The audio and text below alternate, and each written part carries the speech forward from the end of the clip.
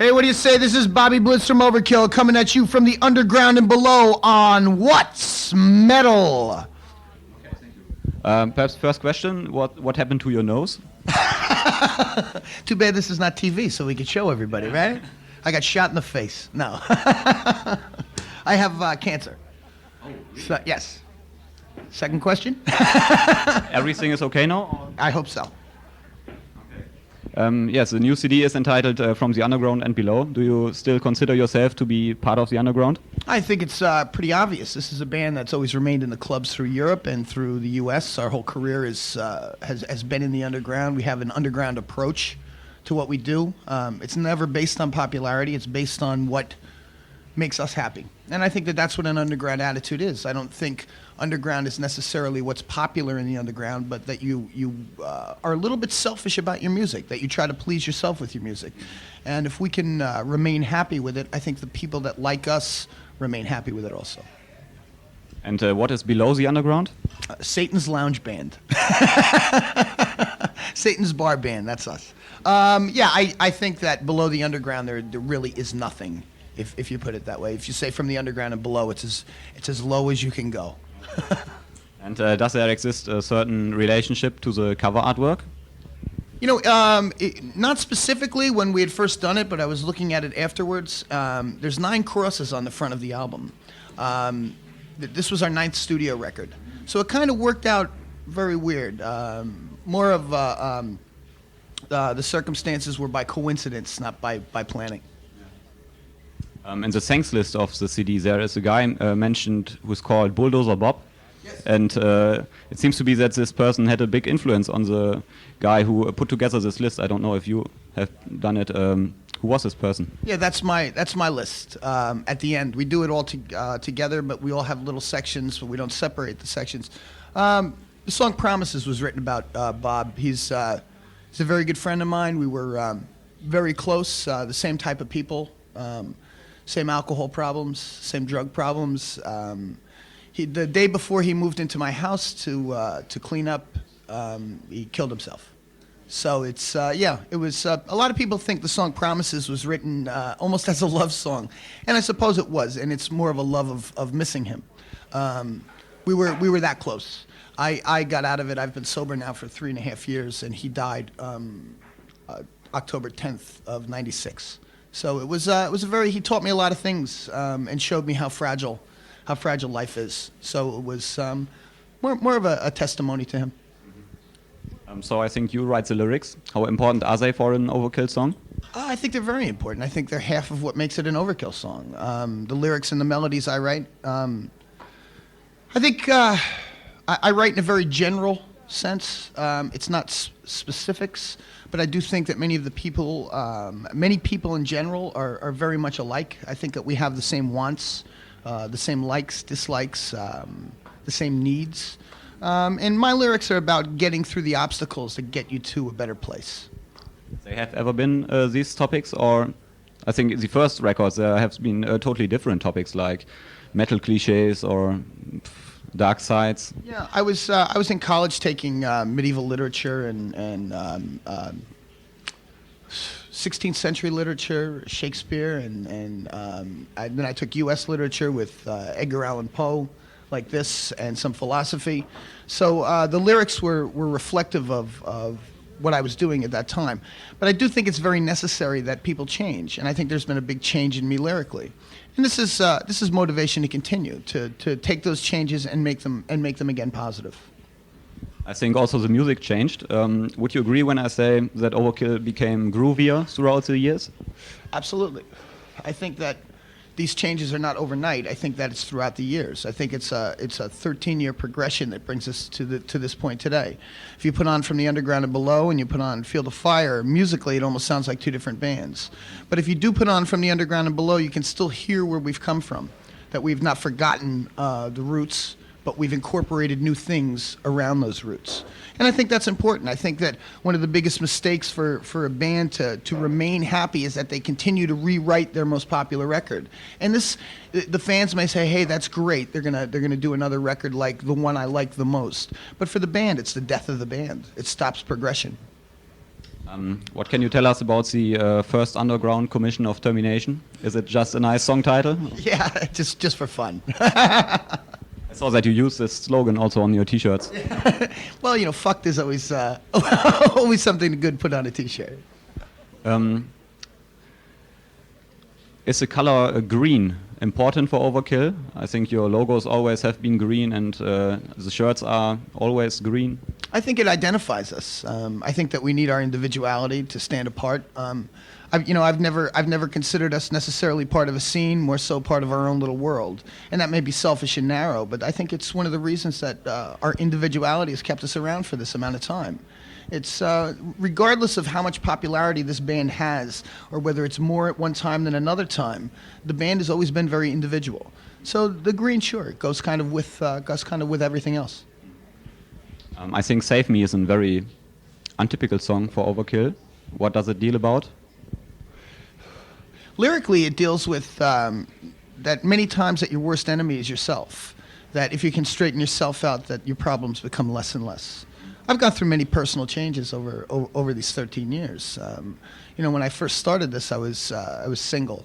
I have a son. I have a wife. I have things that are actually more important to me than Overkill. I mean, and this is just natural things.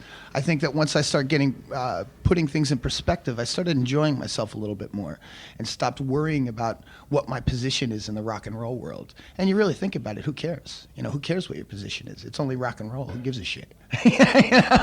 And life is a lot more important than such things. So I think that Save Me is about putting my affairs in order. That probably the biggest problem I ever had in my life was myself. But coming out of that and realizing that, the first step is realizing what your problem is. As I realized that, I could get my affairs in order. A typical trademark for Overkill is the bass sound of DD. And I think this bass sound changed throughout the last two albums. And why? Well, over the last two records, we've brought in different people to mix the records. We always produce it ourselves, produce the tracks. But for The Killing Kind, we brought in Chris Tangrides, who had done some work with Priest and some early work with Ozzy and some Thin Lizzy, etc. More of a standard metal guy. And he suggested this newer sound for Dee Dee, and we went with it. On this last record, we brought in Colin Richardson to mix it. Colin is a much more contemporary type producer or mixer. So this was a little bit more of his idea. We thought if we were going to pay someone this amount of money to do this project, that it was necessary that they had more control than us just saying, keep our original bass sound. So change is not something that we're afraid of. And it's, it's very simply, you can hear it from record to record. The name Overkill stands for a certain type of music, and the fans expect this certain type of music from you, I think. And doesn't this restrict you somehow in your creativity, that all the ideas you have in songwriting have to fit the Overkill concept? Not necessarily, because I think we know what we are. And this may be not the best statement to make, but we're very narrow people. we don't feel that the whole world is ours musically. We know what groove or what niche we fit into musically.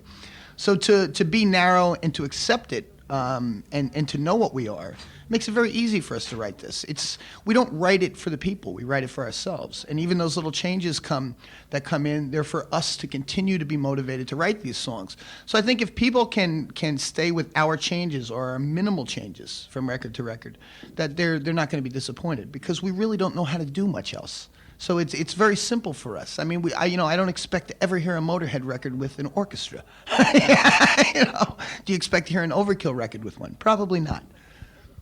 Something else that changed is that you stopped the sequel of these Overkill songs, 1, 2, 4. The last one was on Years of Decay, I think. Sure. And why have you stopped it? Well, that's, the band, that was the first change or big change that the band had taken. We had lost our original guitar player, who was also part of the writing team. That was Bobby Gustafson. And he was a very big part about writing those first 4 sequels. So by bringing in 2 new guitar players, Merritt Gant and Rob Canavino, we thought that it would be redundant. It would be trying to force something that wasn't natural. So we abandoned it based on the fact that Overkill has segments of history. There's 3 or 4 different versions of Overkill that can still remain very constant in what we do. But to continue things on makes it forced. And we try not to force it. We try to just make it as natural as possible. Where are we today? Where are we in '98, on May 25th? I'm in Osnabrück. It's very natural for me to be here talking to you. I'm not thinking about what I'm doing tomorrow or 2 weeks down the road. And what was the best-selling album until now? The best-selling album was probably, believe it or not, I Hear Black. Yeah, really? More so in the States. Ah. Yeah, more so in the States. I Hear Black. And behind that, Under the Influence, and the least-selling record, Horoscope. Oh, really? I really like that one. Me too. That's my favorite. I couldn't believe it. For the cover photo of Taking Over, you had to cover yourself with a lot of dirt or mud or something. Yes. What can you tell us about this photo session? I think that's the dumbest fucking cover I've ever seen in the history of music.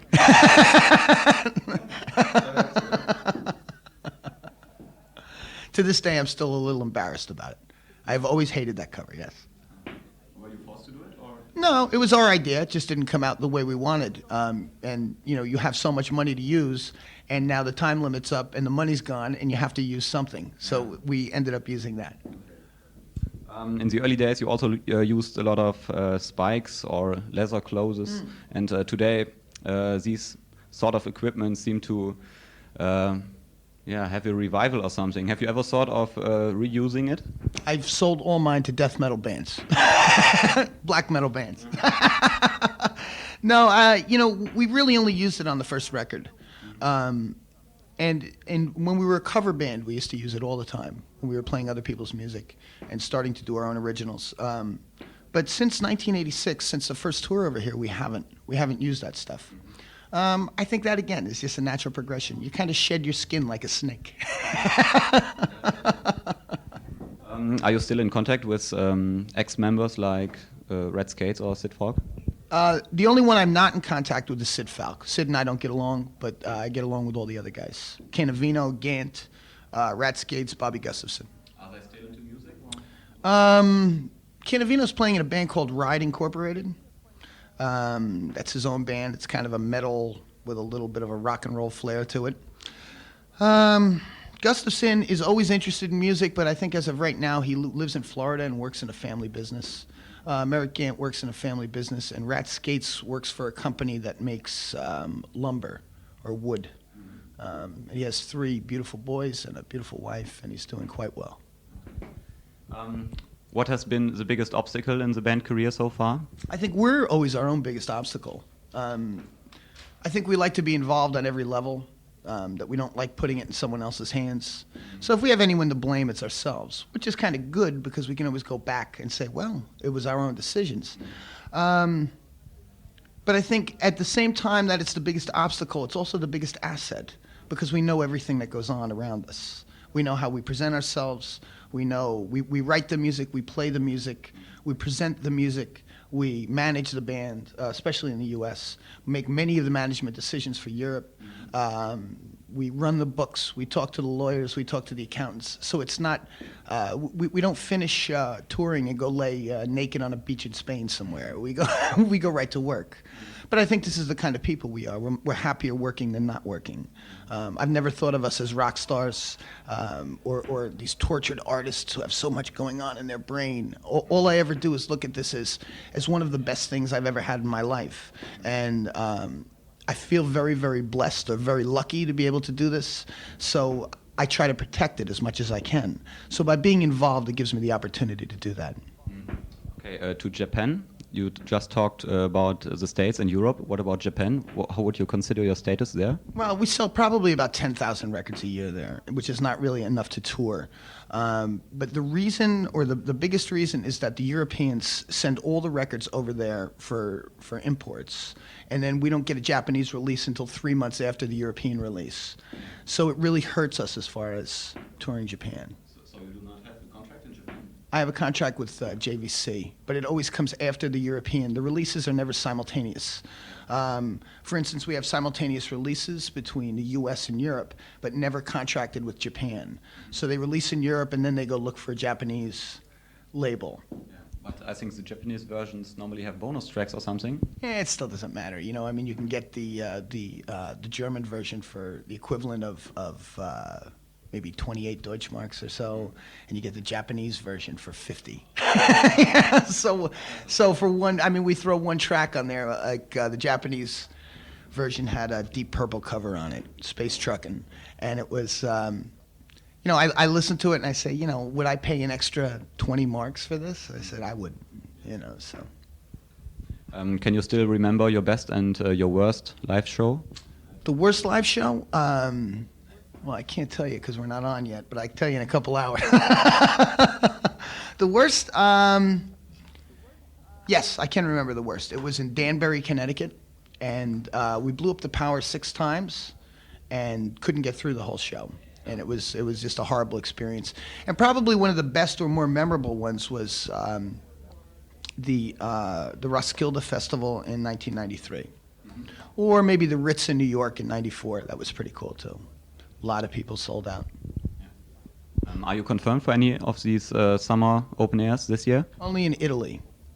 Yeah, we're doing one in Bologna. But we'd rather be doing more Western, Northwestern Europe festivals. So I don't know. People don't like us on festivals. If you compare all the countries you've played in, are there any differences between the metal fans? Absolutely. I think it's just differences in people and cultures that what you see. You know, the difference between Germany and Italy is a big difference in the people. So, for instance, we go to Italy and it's a whole different feeling. But as far as when the show is going on, I think that it's one of the most common things in the world is when music motivates people to move, to take part in the show, then I think people become very common. And what can we expect of tonight's stage show? Are there any surprises included in the set list? About the fourth song, the fourth one, my head explodes just right off, and then I sing the rest of the time through my chest. No, it's always been Overkill. You know, I don't know if you saw us in Wacken. No, I haven't been. Oh, you saw us in Wacken, right? It's you know, well, I think what it's about is good, honest fun. As much energy as you can put in 1.5 hours is what we try to do every night, and have been succeeding doing that over 13 years. Okay. The last question, our show is called "What's Metal?" What is metal for you? What's metal for me? Well, metal for me is Overkill. I mean, it's very simple. Perhaps a lifestyle or something? Oh no, there's no lifestyle with this and me anymore. No, I think probably one of the more ridiculous things about metal is its lifestyle. I think it's a great moving type of music. I think it's a great cleansing of what happens inside you that you can finally get out. But I think as soon as you start putting rock stars and lifestyle into it, that's where I go away.